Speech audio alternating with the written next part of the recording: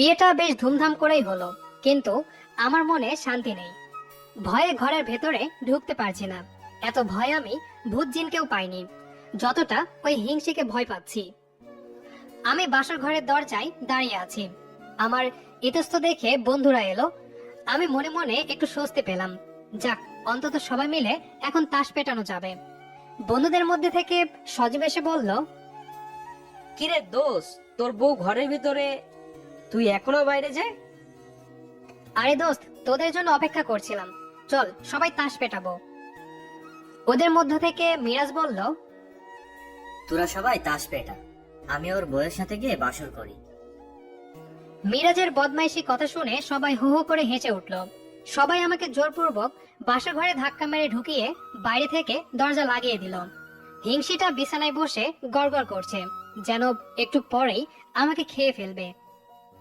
আমি ভয়ে দরজায় সজোরে লাথি মারছি, কেউ দরজা খুলল না। আমার তখন বেহুশ হবার উপক্রম। বিয়ের আগে হিংসিটা দুলাভাই এসে আমাকে সতর্ক করে দিয়েছিল, হিংসিটা নাকি ভীষণ রাগী আর জেদি। আমি পেছনে এক পলক চেয়ে দেখলাম হিংসিটা আমার দিকেই তাকিয়ে আছে। হিংসিটা আমাকে হাত ইশারা করে ডাকলো। আমি আস্তে আস্তে এগিয়ে গেলাম। যতই কাছে গেলাম ততই আবিষ্কার করলাম হিংসিটা মানুষের মতো দেখতে। আমি যখন তার 10 হাত দূরে, তখন সে চেঁচিয়ে আমাকে বলল, এতক্ষণ সময় লাগে আসতে? আমি কতক্ষণ ধরে বসে আছি। জি, বাইরে একটু কাজ ছিল। কিসের এত কাজ আপনার? বন্ধুদের সাথে আড্ডা দিচ্ছিলাম। ওনাদের সাথে তো রোজই আড্ডা দেন, আজকেও আড্ডা দিতে হবে? আহা, এত রাগের কি আছে? রাগের কি আছে মানে? আমাকে একা এতক্ষণ শীতের রাতে বসিয়ে রেখে আপনি বাইরে আড্ডা দিচ্ছেন? আপনাকে কি কেউ বলেছে এতক্ষণ বসে থাকতে? আপনি লেপ গায়ে দিয়ে শুয়ে পড়লেই তো হতো। শুয়ে পড়লেই হতো, তাই না? বলে হিংসিটা দুম করে শুয়ে পড়ল। আমি রুমে অস্বস্তি বোধ করছিলাম। বাইরে থেকে দরজা লাগানো, নইলে এতক্ষণে বের হয়ে যেতাম। উপায়ন্তর না দেখে আমি সোফায় শুয়ে পড়লাম। সে রাতে হিংসিটা ঘুমায়নি, ফুপিয়ে ফুপিয়ে কাঁদছিল। গভীর রাতে ফুপিয়ে কান্নার আওয়াজও স্পষ্ট শুনতে পারা যায়। ব্যাপারটা আমার কাছে খুবই বাজে লেগেছিল। এই পর্যায়ে তাকে হিংসি বলতেও খারাপ লাগছে। তার একটা সুন্দর নাম আছে, নীলা।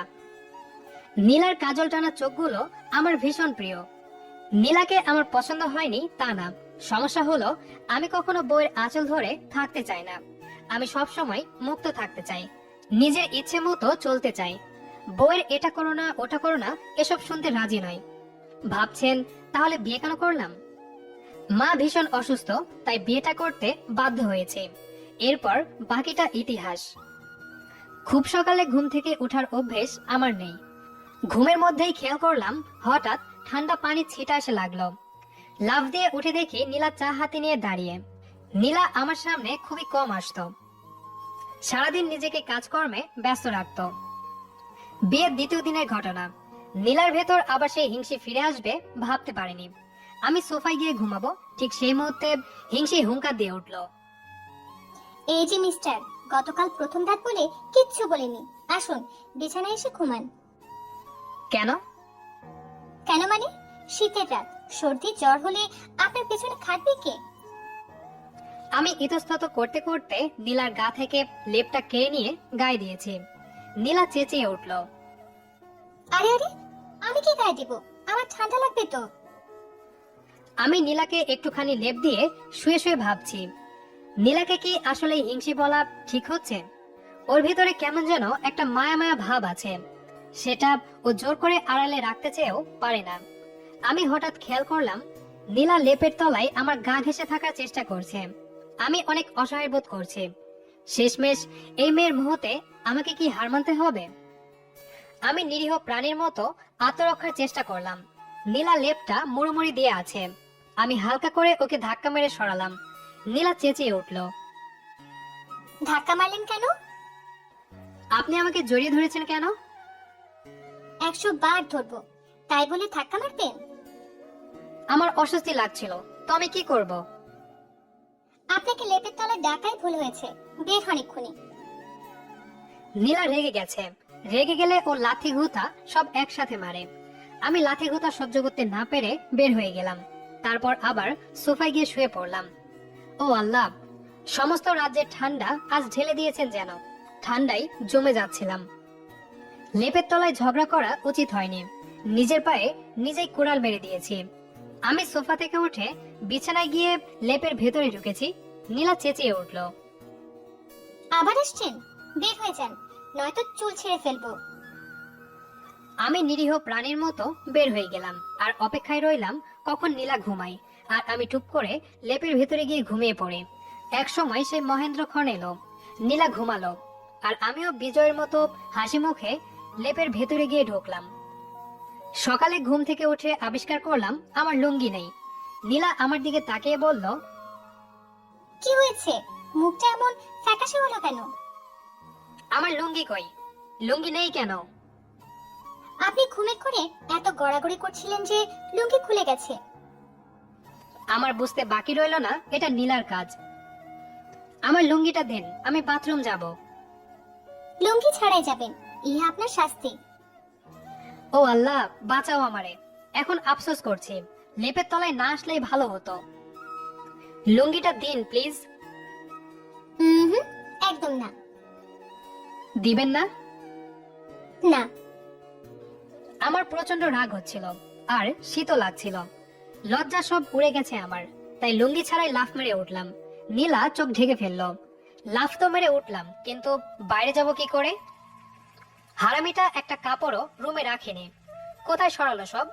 আমি উপায়ন্তর না দেখে নীলা শাড়িটা টান মেরে খুলে কোমরে বাঁধলাম। নীলা লেপের তলায় ঢুকে চেঁচিয়ে বলল, বদমাস, আমার শাড়ি খুলছেন কেন? আম্মুকে বলে দেব।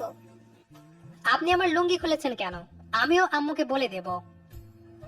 আমি শাড়িটাই কোমরে জড়িয়ে দরজা টপকিয়ে দেখি শ্বশুর মশাই আর শাশুড়ি আম্মা এসেছেন। আমি লজ্জায় বাইরে যেতে পারলাম না। এদিকে আমার যায় যায় অবস্থা। আমি দৌড়ে গিয়ে বউয়ের পা ধরলাম। বউ গো, আমারে বাঁচান। এক শর্তে বাঁচাতে পারি। কি শর্ত? আমাকে তুমি করে বলবেন, আচ্ছা আর কখনো লেপের তলায় ধাক্কা মারবেন না। আচ্ছা, করব না। আর আমাকে ছাড়া অন্য মেয়ের দিকে ভুলেও তাকাবেন না, নয়তো এখন লুঙ্গি নেই, পরে চোখ খুঁজে পাবেন না। আচ্ছা, সব শুনবো সব। এবার তো লুঙ্গি এনে দেন। আবার আপনি করে বলছেন? সরি, লুঙ্গি দাও, অবস্থা শেষ। খাটের তলায় লাগেজের ভেতর আছে। আমি তড়িঘড়ি করে লুঙ্গি পরে সোজা বাথরুমে দৌড় লাগালাম। আল্লাহ, এমন বউ যেন শত্রুরও হয় না। ওই দিন আমার শ্বশুর মশাই আর শাশুড়ি আম্মা বউকে নিয়ে গেলেন। আমাকেও যেতে জোরাজোরি করলেন। আমি পরে যাব বলে কোনো মতে বউয়ের হাত থেকে বাঁচলাম। নীলার গায়ের গন্ধটা বেশ মিষ্টি। রাতে শোবার সময় লেপটা গায়ে দিতেই গন্ধটা পেলাম। রাত প্রায় 11টা বাজে। আমি ওই হিংসিটাকে মিস করছি। কেন মিস করছি? আজব তো। না, একা আর ভালো লাগছে না। আমি বিছানা থেকে উঠে হাঁটতে শুরু করলাম। শ্বশুরবাড়ি হেঁটে যেতে আধা ঘন্টা লাগে, খুব কাছেই। আমি কি তবে অবশেষে বউ পাগল হয়ে গেলাম? আমি শ্বশুরবাড়ি পৌঁছে দরজায় কলিং বেল বাজাতেই নীলা এসে দরজা খুলল। দরজা খুলে সে বলল, আমি জানতাম আপনি আসবেন। আমি চুপচাপ কোনো কথা না বলে নীলাকে জড়িয়ে ধরলাম আর মিষ্টি পরশ দিতে দিতে বললাম, ভীষণ মিস করছিলাম তোমাকে। ছাড়ো, আব্বু আম্মু দেখে ফেলবে। আমি নীলাকে ছেড়ে দিলাম। নীলা বলল, বাসায় খেয়ে এসেছো? খেয়েছি। তুমি খেয়েছো? হ্যাঁ, তা হঠাৎ মিস করছো যে? ভীষণ ভালোবেসে ফেলেছি। তাই? আমি নীলার কপালে আলতো করে একটা চুমু দিলাম। ও দেখি লজ্জায় একেবারে শেষ। ঠোঁট দুটি কাঁপছে ওর। তাই দেখে নিজেকে ঠিক রাখতে পারলাম না। আমার ঠোঁট দুটি যেন আপনা আপনি চলে গেল ওর ঠোঁটের সাথে বন্ধুত্ব করতে। তারপর আর কি, কোলে তুলে নিলাম হিংসিটাকে আর চললাম রুমের দিকে। আর ভাবলাম, সেই দিনের বাসর রাতটা তো হলো না, তাই আজই বিড়ালটা মেরে ফেলি। ওহ সরি, হিংসিটা মেরে ফেলি। দুজনে যেহেতু রাজি। শুনেছি নারীরা মায়াবিনী হয়, আজ উপলব্ধি করলাম। সত্যি, কিছু কিছু নারী খুব সহজেই আপন করে নিতে জানে। নীলা তাদের মধ্যে একজন। আমাদের আজকের গল্পটি কেমন লেগেছে সেটি অবশ্যই কমেন্ট করে জানাবেন। আশা করি গল্পটি আপনাদের কাছে অনেক অনেক ভালো লেগেছে। পরবর্তীতে এরকম আরো নতুন নতুন ভালোবাসার গল্প শুনতে আমাদের চ্যানেলটি সাবস্ক্রাইব করে আমাদের সাথেই থাকুন। ধন্যবাদ সবাইকে।